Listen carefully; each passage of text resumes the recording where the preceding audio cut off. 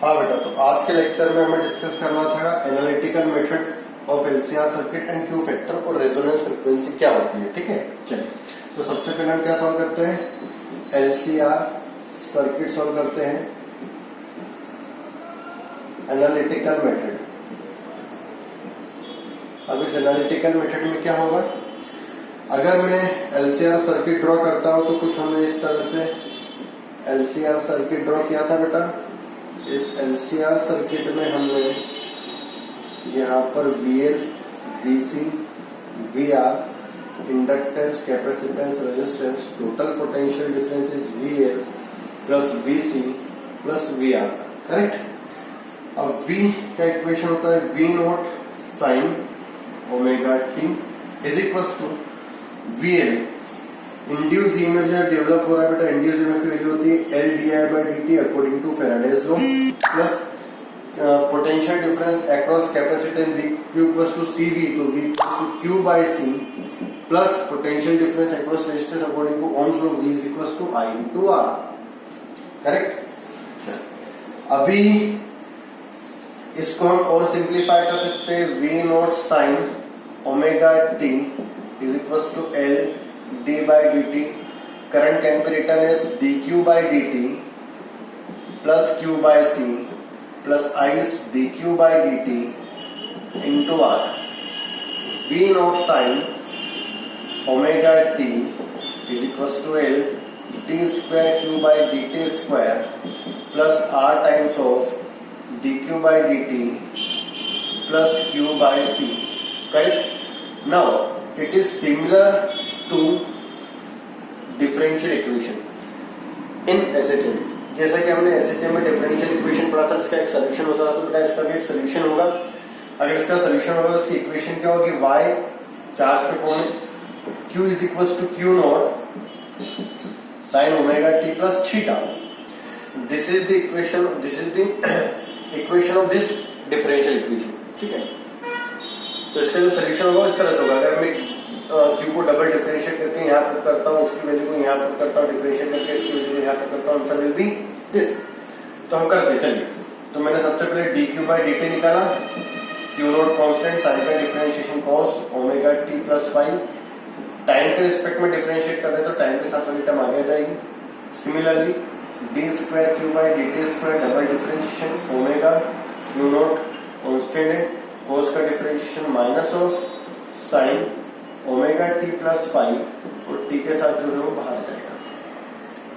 इन तीनों की वैल्यू को मैं पुट कर देता हूं, तो V not sine omega t is equal to L minus omega square Q nought sine omega t plus five. अगला कौन सा, R times of dq/dt that is omega Q nought into cos omega t plus five theta, यहाँ पर क्या है, theta है, ये सारी वैल्यूज थीटा है, थीटा प्लस अगला equation q by c, q की वैल्यू कितनी है, q nought sine omega t plus theta divide by c, ठीक है।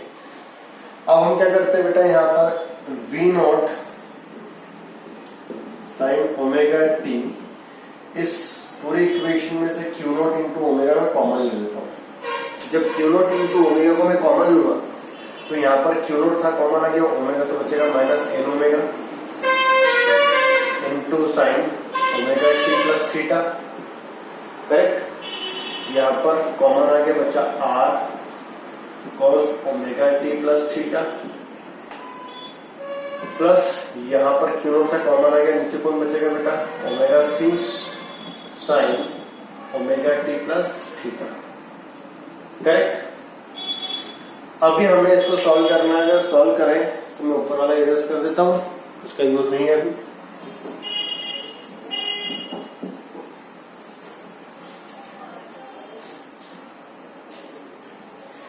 तो V not sine omega t is equals to Q naught into omega, omega is XL into sine omega t plus theta. Similarly 1 by omega C is XC, तो plus XC into sine omega t plus theta plus R cos omega t plus theta. V not sine omega t is equal to Q not omega. इन दोनों में से मैं sine omega t plus theta common लेता हूं, बचेगा XC minus XL plus R cos omega t plus theta. ठीक. अभी इस इक्वेशन में हम क्यू नॉट ओमेगा जेड का मल्टीप्लाई करके जेड का डिवाइड कर देते हैं. ठीक है, मल्टीप्लाई वाला जेड में अंदर लिख रहा हूं. ठीक, तो XC minus XL, sorry divide वाला जेड में अंदर लिखना है, जेड यहाँ रहेगा, डिवाइड वाला जेड में अंदर लिखना है XC minus XL into sine omega t plus theta plus R by Z into cos omega t plus theta. Correct.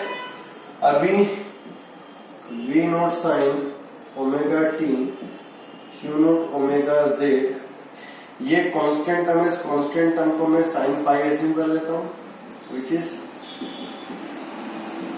And again यहां पर ये R by Z constant term है, इसको मैं कोस फाई एज्यूम कर लेता हूं. तो क्या cos omega t plus phi. आपको याद नहीं रहता तो हम यहाँ पे लिख देते हैं क्या कि XC minus XL by Z जो है इट इज साइन फाई, और आर बाय जेड जो इट इज कोस फाई. अब इसको हम सॉल्व करें तो सॉल्व करने में V not sine omega t is equal to Q not omega Z. Sine है साइन बी प्लस कोस है cos B. It is the formula of cos A minus B. तो value of A is omega t plus theta and B is phi. ठीक. अगर इसको सबसे हम simplify करते हैं, V not sine omega t is equal to Q not omega cos omega t plus theta minus phi into Z. तो v is equal to I into R. This is the value of I. I is equal to I nought omega cos omega t plus theta minus phi. I nought, value of I note is, तो आई note is equal to Q naught into omega. बोल सकता हूँ V naught V is equal to I naught into R. तो R कितना बेटा मेरा Z है, तो V naught is equal to Q naught omega into Z. तो this is the solution of this differential equation. Value of Z is, हम चाहे तो यहाँ से इसका स्क्वायर करके जब ऐड करेंगे तो वैल्यू ऑफ जेड आएगी root over XC minus XL का whole square plus I square. तो ये क्या होगा बेटा हमारे पास solution of this differential equation using analytical method. Correct. अभी हमें करना है क्या बेटा यहाँ पर रेजोनेंस फ्रीक्वेंसी. की रेजोनेंस फ्रीक्वेंसी क्या होती है इसको हम ऑलरेडी डिस्कस कर चुके थे 11th में. रेजोनेंस का मतलब क्या होता है, रेजोनेंस का मतलब होता है जिसमें हमारा ऑसिलेटर के एम्पलीट्यूड बढ़ जाते हैं. तो यहाँ पर रेजोनेंस का मतलब होता है बेटा जिसमें करंट का एम्पलीट्यूड मतलब करंट बढ़ जाता है. तो सिंपल अगर हम इसको करें कि रेजोनेंस क्या होता है, तो रेजोनेंस एक ऐसी कंडीशन होती है जिसमें हमारा करंट जो होता है वो इंक्रीज हो जाता है. तो अगर मैं एलसीआर सर्किट की बात करता हूं, इन एलसीआर सर्किट में जो करंट होता है it is V by Z. V by value of Z is XL minus plus R square. To maximise the current, current को अगर मुझे मैक्सिमम करना है तो नीचे वाली टर्म क्या होनी चाहिए, मिनिमम होनी चाहिए. और नीचे वाली टर्म मिनिमम करने के लिए हमें क्या करना पड़ेगा, XL minus XL should be 0 for maximum current. तो यहाँ पर जो मेरे पास रेजोनेंस करंट जाएगी बेटा वो कितने जाएगी, V बाय ये 0 हो गया बचा आर स्क्वायर का रूट आर. तो this is the value of resonance current. ठीक है. अब हमें निकालना रेजोनेंस फ्रीक्वेंसी, तो इस कॉन्सेप्ट को यूज करता हूं। XL is omega L minus 1 by omega C is equals to 0, omega L is equals to 1 by omega C, omega square equals to 1 by L C, omega is equals to 1 by root over L C, and omega is 2 pi f 1 by root over L C. So value of frequency is 1 by 2 pi root over L C. This is called resonance frequency. कौन सी frequency होती है बेटा हमारे पास? Resonance frequency होती है। इस तरह से हमने रेजोनेंस फ्रीक्वेंसी फाइंड किया। मतलब अगर मैं किसी भी एलसीआर सर्किट में इस फ्रीक्वेंसी को यूज करता हूं तो करंट क्या हो जाएगी बेटा? मैक्सिमम हो जाएगी। ठीक है, तो नेक्स्ट सर्किट में हमें क्यू फैक्टर स्टडी करना है, क्यू फैक्टर, देन हमारा टॉपिक ट्रांसफार्मर बाकी रह गया है। ठीक है, चैप्टर फिनिश हो जाएगा। तो नेक्स्ट लेक्चर में आपका जो चैप्टर होगा फिनिश